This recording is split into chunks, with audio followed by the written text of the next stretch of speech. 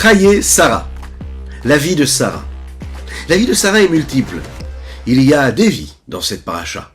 Il y a la vie d'Avraham Avinu, son mari, il y a celle d'Yitzhak, son fils, la transmission maternelle. Les textes nous disent et reprennent le verset qui est donné sur Avraham Avinu.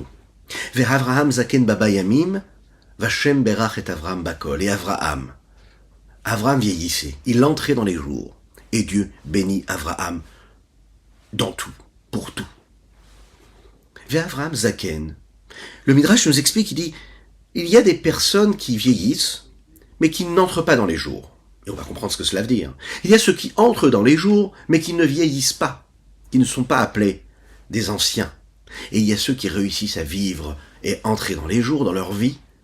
Ils remplissent leurs jours, mais ils sont aussi considérés comme des anciens.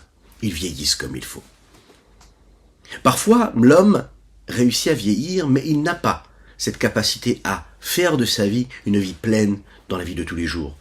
Parfois, c'est l'inverse. Il y a celui qui a une vie pleine, il ne manque pas une seule journée pour accomplir les mitzvot, il accomplit tout ce qu'il faut, il se comporte comme il faut, il fait en sorte que ses jours arrivent à un niveau d'élévation et d'évolution, de sanctification de son être et de son quotidien, qui lui permettent de dire et de ressentir que ses jours sont pleins.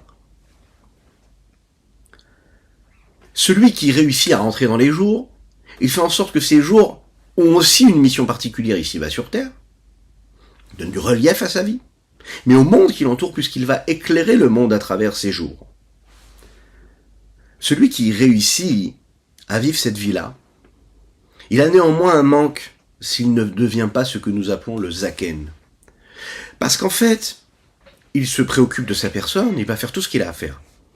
Mais il oublie la véritable mission qu'il a ici-bas sur Terre, de rayonner à travers le monde, de rayonner à travers l'autre, à savoir ce partage qui doit être nécessaire à travers notre entourage. Il faut réussir à être le zaken, le sage, qui se préoccupe de sa propre personne, qui s'investit, qui évolue, et qui en même temps est Baba Yamim, qui fait en sorte que ses jours, sa vie tout entière, son entourage tout entier, est impliqué, est investi, est concerné par sa mission ici-bas sur Terre.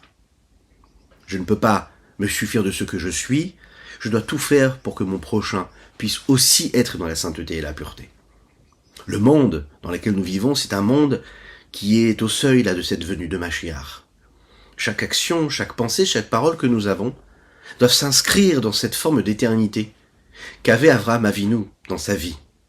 À savoir qu'il a tout fait pour évoluer personnellement dans sa recherche, dans sa quête du divin, mais aussi cette obsession qu'il avait de répandre la lumière autour de lui. C'est ce qui a fait de lui une vie, et qu'il ait vécu une vie pleine, une vie entière, complète, totale, celle de son évolution personnelle, mais celle de son entourage également. On doit s'inspirer d'Avraham Avinu, on doit s'inspirer de sa sagesse, on doit s'inspirer de son regard à l'autre. Et les textes nous le disent, c'est une promesse. Vashem berach et Avraham bakol, c'est ainsi qu'on sera tous bénis, dans tous les domaines, partout, tout le temps. Shabbat Shalom.